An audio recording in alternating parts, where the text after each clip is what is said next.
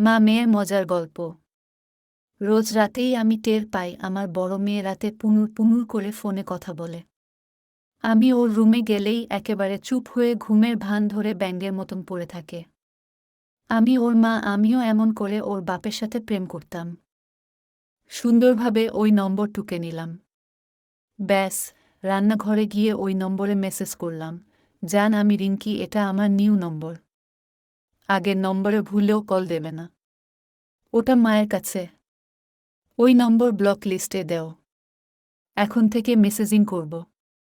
মা টের পেয়েছে সব, তাই কিছুদিন কথা বলা যাবে না। ওপাশ থেকে টুং করে ফিরতি মেসেজ, আচ্ছা যান। কি করছো সোনা? মনে মনে ভাবি তোরে একবার হাতের নাগালে পাই সোনা পুড়ে তামা বানাব। আমি মেসেজ দিলাম, কিছু না জান।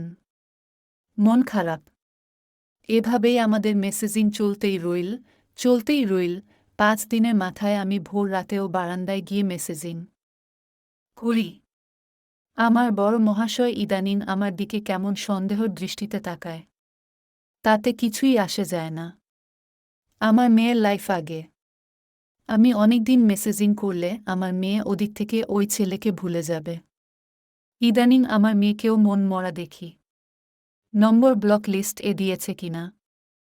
যাক, অবশেষে আমি ভাবলাম আমি সেই ছেলের সাথে দেখা করি। ওকে গিয়ে হুমকি ধামকি দিয়ে আসব। তাহলেই সাকসেস। ভাবলাম আমার কিছু একটা করতে হবে। আমার বাবা কলেজ যাওয়া অফ করে দিয়েছিল, তাই আমি পালিয়ে এসেছিলাম। কিন্তু আমি ডিজিটাল মা, আমার এসব করা চলবে না। টেকনিক করে মেয়ে যখন ওয়াশরুমে গেল আর ওর ফোনখানা নিয়ে দেখি রিসিভ কল ভর্তি হয়ে আছে একটি নম্বর। আর তা যার নামে সেভ করো।